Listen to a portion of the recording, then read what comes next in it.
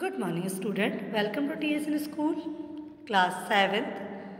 Subject है आपका हिंदी व्याकरण पंखुड़ी में। आज हम पाठ 12 कारक, जिसे अपन इंग्लिश में कहते हैं केस, का अध्ययन करेंगे। कारक क्या होते हैं उसके बारे में पढ़ेंगे। सबसे पहले अपन कि कारक होते क्या हैं। वाक्य में प्रयुक्त सभी पदों का एक दूसरे से संबंध होता है। जब अपन वाक्य होते हैं, वाक्य के अंदर जो पद होते हैं, पद मतलब शब्द जो होते हैं, उनका जो संबंध होता है वो एक दूसरे से होता है, तभी उसका अर्थ निकलता है। वाक्य में किसी पद का क्रिया के साथ जो संबंध होता है उसे ही कारक कहते हैं। मतलब वाक्य में जब जो शब्द होते हैं, पद का मतलब होता है शब्द, बता रही हूँ मैं आपको, वो शब्द होते हैं, वो क्रिया के साथ में जो संबंध होता है उसे ही क्या कहते हैं, अपन कारक कहते हैं। कारक का अर्थ है क्रिया करने वाला। कारक का अर्थ क्या होता है? क्रिया करने वाला। जो भी क्रिया करते हैं अपन और जो कर रहा है वो होता है कारक। कारक संज्ञा अथवा सर्वनाम को क्रिया के साथ जोड़ते हैं। जो कारक है वो संज्ञा और सर्वनाम जो क्रिया के साथ जोड़ते हैं, मतलब संज्ञा और सर्वनाम के साथ में क्रिया को जोड़ते हैं। निम्नलिखित वाक्यों को ध्यान से पढ़िए। प्रिया एक प्यारी गुड़िया लाई, उसने गुड़िया को खूब सजाया। अब प्रिया क्या है यहाँ पर? संज्ञा है। आपने देखा कि प्रिया क्या होगी यहाँ पर? संज्ञा। और दूसरी लाइन में देखो, दूसरे वाक्य में आया आपका उसने, तो उसने क्या हो गया आपका? सर्वनाम।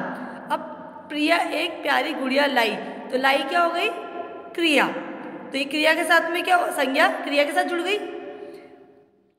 और उसने गुड़िया को खूब सजाया, तो उसने क्या है? सर्वनाम। अब सर्वनाम के साथ में क्रिया है, जैसे खूब सजाया, तो ये दोनों के साथ संबंध हो गया, तो यही क्या है? कारक है। गुड़िया को अपने हाथों से खाना खिलाया। प्रिया ने अपनी गुड़िया के लिए मोहित का गुड्डा पसंद किया। प्रिया ने दोनों की शादी धूमधाम से की। प्रिया ने कहा, हे भगवान, मेरी गुड़िया हमेशा खुश रहे। उसने अपनी गुड़िया को भी घर में ज्ञान की अच्छी अच्छी बातें सिखाई। उपयुक्त वाक्यों में दिए गए रंगीन अक्षरों को ध्यान से पढ़िए।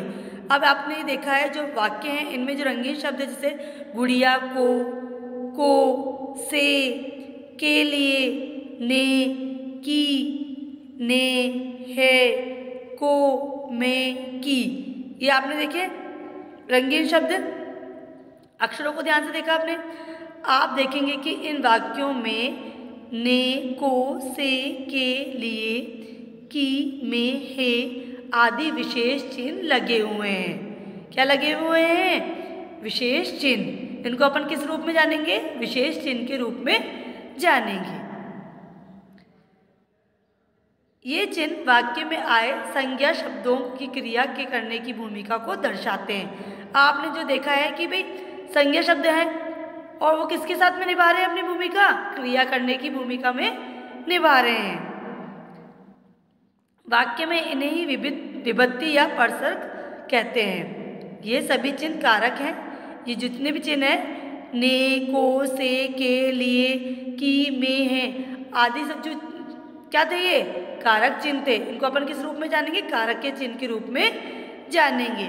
इस प्रकार हम कह सकते हैं कि संज्ञा या सर्वनाम का वाक्य में प्रयुक्त क्रिया के साथ जो संबंध होता है उसे कारक कहते हैं। वापस दोहरा रही हूँ मैं, ये कारक की परिभाषा किसे कहते हैं? कारक संज्ञा या सर्वनाम का वाक्य में प्रयुक्त क्रिया के साथ जो संबंध होता है उसे कारक कहते हैं। आई बात समझ में?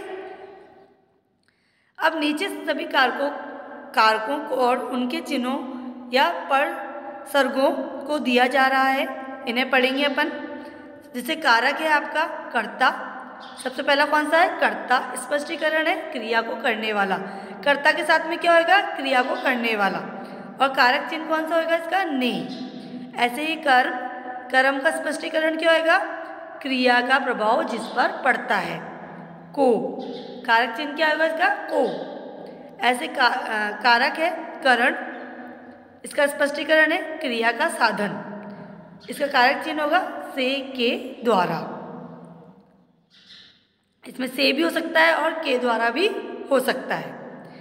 संप्रदान कारक है, इसका स्पष्टीकरण होगा क्रिया जिसका हित करे, कारक चिन्ह होगा के लिए। अपादान कारक, इसका स्पष्टीकरण होगा क्रिया जिसके किसी का अलगाव बताए, अलगाव मतलब अलग होना, किसी से अलग होना, इसका कारक चिन्ह होगा से। फिर है आपका संबंध कारक, इसका स्पष्टीकरण होगा क्रिया से भिन्न दो पदों के बीच संबंध, मतलब क्रिया से भिन्न होते हैं और जो शब्द होते हैं उनके बीच में क्या होगा, संबंध होगा। इसके कारक चिन्ह होगा का, के, की, ना, नी, ने, रा, री, रे, ये इसके कारक चिन्ह होंगे। अधिकरण कारक, इसका स्पष्टीकरण होगा क्रिया जहाँ और जब हो, मतलब क्रिया जहाँ हो रही है और जब हो रही है, इसके कारक चिन्ह होंगे में या पर। संबोधन कारक, स्पष्टीकरण होगा संबोधन जानने वाली क्रिया, जानने वाली संज्ञा, मतलब संबोधन की जाने वाली संज्ञा। इसमें जो कारक चिन्ह होंगे हे, अरे, मतलब संबोधन जो होता है जब अपन किसी को बुलाते हैं, पुकारते हैं या किसी की ओर संकेत करते हैं, तब होता है कारक चिन्ह, इसका क्या होगा, हे, अरे। विशेष देखो इसमें क्या है, संबंध और संबोधन कारक का सीधा संबंध वाक्य क्रिया के साथ नहीं होता। संबंध में एक संज्ञा या सर्वनाम का दूसरी संज्ञा सर्वनाम के साथ संबंध होता है। जैसे मोहन का भाई स्कूल जा रहा है, इसी तरह संबोधन कारक का वाक्य की क्रिया के साथ कोई सीधा संबंध नहीं होता, बल्कि उससे किसी संज्ञा को पुकारा जाता है। कारक के भेद, काइंड्स ऑफ केस। तो मुख्य रूप से कारक के 6 भेद होते हैं। कौन कौन से होते हैं? कर्ता कारक, कर्म कारक, करण कारक, संप्रदान कारक, आपादान कारक और अधिकरण कारक। कुछ लोग निम्नलिखित भेदों को भी कारक के अंतर्गत रखते हैं। वैसे इसमें मुख्य रूप से 6 होते हैं, परंतु जो लोग कुछ लोग हैं जिसमें 2 कारक को और रखते हैं, जैसे एक संबंध कारक 7वां और 8वां कौन सा है? संबोधन कारक। तो ये 8 कारक के भेद होते हैं। सबसे पहले अपन कर्ता कारक पढ़ रहे हैं।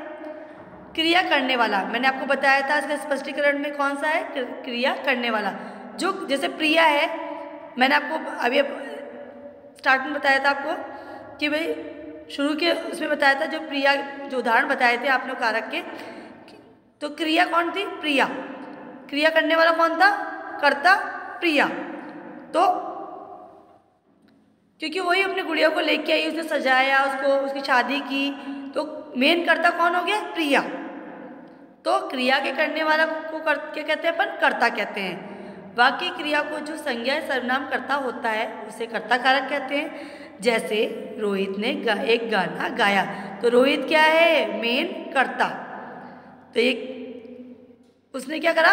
ने एक गाना गाया, तो ये क्या होगा? कर्ता कारक। ऐसे ही है दूसरा उदाहरण, नेहा पुस्तक पढ़ रही है, तो नेहा कौन है? कर्ता। इन वाक्यों में गाना गाने का काम रोहित कर रहा है और पुस्तक पढ़ने का काम कौन कर रहा है? नेहा कर रही है। इसलिए इन्हें वाक्यों में रोहित और नेहा क्या है? कर्ता है। कर्ता को बताने वाला उपसर्ग ने है, मतलब कर्ता को बताने वाला कौन सा चिन्ह बताया था मैंने आपको? ने। सभी प्रकार के वाक्यों में कर्ता के साथ परसर्ग का प्रयोग नहीं होता है।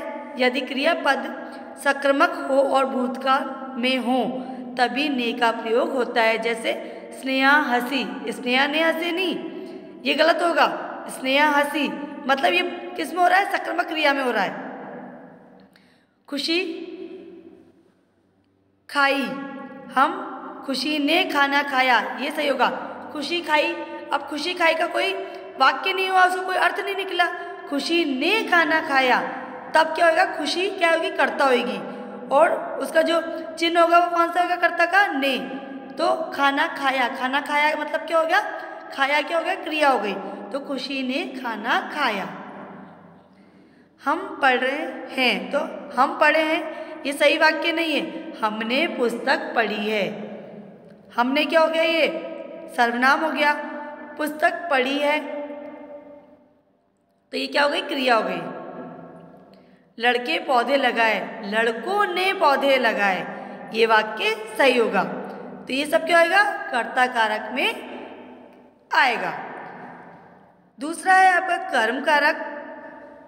वाक्य की क्रिया का फल जिस संज्ञा या सर्वनाम पर पड़ता है उसे कर्म कारक कहते हैं। कर्म कारक को बताने वाला परसर्ग को है, पर कभी कभी को नहीं भी होता है। जैसे रुचि खाना पकाती है। अब रुचि ने क्या करा, कर्म कारक क्या होता है जिसमें संज्ञा या सर्वनाम पर सीधा पड़ता है, तो ये रुचि खाना पकाती है। फिर है नाना जी ने बंदर को देखा। क्रिया के साथ यदि किसे या किसको प्रश्न पूछे तो उत्तर में कर्म मिलता है। आई बात समझ में। तीसरा है आपका करण कारक। क्रिया के करने के साधन को करण कारक कहते हैं। मतलब क्रिया के साथ में जो साधन का अपन प्रयोग करते हैं वो क्या होता है, करण कारक होता है। जैसे मम्मी हाथों से कपड़े धोती है, तो मम्मी कौन हो गई, क्रिया करने वाली। तो साधन क्या हो गया, हाथों से कपड़े धोना। धोना तो क्या हो गया, क्रिया हो गया। और मम्मी क्या होगी, कर्ता। और कर्ता के साथ में साधन क्या आएगा, हाथों से कपड़े धोना। आई बात समझ। तो हाथों से कपड़े धोना, तो ये क्या होगा, साधन। क्रिया के साथ में क्या हो गया, साधन हो गया। तो ये क्या होगा, करण कारक होगा। रोहन वायुयान से कोलकाता गया, तो वायुयान क्या है, साधन। इन वाक्यों में हाथ कपड़े धोने का साधन है तथा वायुयान कोलकाता पहुंचने का, अतः ये करण कारक है। करण कारक का परसर्ग से है। कभी कभी से के बदले द्वारा या के द्वारा का भी प्रयोग होता है। आई बात समझ में। चौथा है आपका संप्रदान कारक। वाक्यकर्ता जिसके लिए कुछ करता है या जिसे कुछ देता है उसे संप्रदान कारक कहते हैं। जैसे मेरी नानी बाजार से मेरे लिए एक खिलौना लाई। दादाजी ने निर्धनों को वस्त्र दान किए। वाक्य की क्रिया के साथ किसको या किसके लिए प्रश्न पूछने से जो उत्तर मिलता है वह संप्रदान कारक होता है। जिन वाक्यों में दो कर्म होते हैं वह संप्रदान कारक को ही गौण कर्म भी कहा जाता है। जैसे भूखों को खाना दो। आई बात समझ में। मतलब संप्रदान कारक के अंदर जो करता है, किसी वाक्य के अंदर आपने देखा कि भाई जो करता है वो किसी या तो कुछ करता है किसी के लिए या कुछ देता है। तो जहाँ पर ये चीज़ आएगी, कुछ देना, लेना, लाना, वहाँ पर क्या होएगा, संप्रदान कारक होगा। पांचवा है आपका अपदान कारक। वाक्य के जिस संज्ञा सर्वनाम पद से किसी के अलग होने या तुलना करने का भाव व्यक्त होता है उसे अपदान कारक कहते हैं। अपदान कारक का परसर्ग क्या है, से है। जैसे सभी लड़कियां स्कूल से घर जा रही है। मतलब अलग होना या तुलना करने का भाव जब व्यक्त हो रहा है वहाँ पर क्या होगा, अपदान कारक होगा। झरने से पानी गिर रहा है। इन वाक्यों में स्कूल से, झरने से अपदान कारक है। अपदान की अन्य स्थितियाँ क्या है, देखो, तुलना, हेमा रेखा से सुंदर है। भय, भूत से सब डरते हैं। सीखना, बच्चा माँ से सीखता है। लजाना, बहू ससुर से लजाती है। आई बात समझ में कि अपदान कारक क्या होता है, जहाँ पर अलग होना और तुलना करने का भाव व्यक्त हो रहा है वहाँ पर क्या होगा, अपदान कारक होगा। छठा है आपका अधिकरण कारक। जो संज्ञा सर्वनाम पद किसी के होने का आधार, स्थान या समय आदि का बोध कराता है, मतलब बोध मतलब अपन को ज्ञान करवाता है, उसे अधिकरण कारक कहते हैं। जैसे घास पर बच्चे खेल रहे हैं, मैदान में लड़के खेल रहे हैं। इन वाक्यों में घास पर और मैदान में क्रिया का आधार बना है, अतः ये क्या होगा, अधिकरण कारक होगा। आई बात समझ में? आपका 7वां है संबंध कारक। एक संज्ञा या सर्वनाम पद का किसी दूसरे संज्ञा सर्वनाम के साथ जो संबंध बताने वाला संबंध कारक कहलाता है। संबंध कारक का वाक्य की क्रिया के साथ सीधा संबंध नहीं होता। संबंध कारक के परसर्ग हैं का, के, की, रा, रे, री, ना, नी, ने। जैसे बिन्नी का भाई सो रहा है, मेरा बेटा कॉलेज गया है।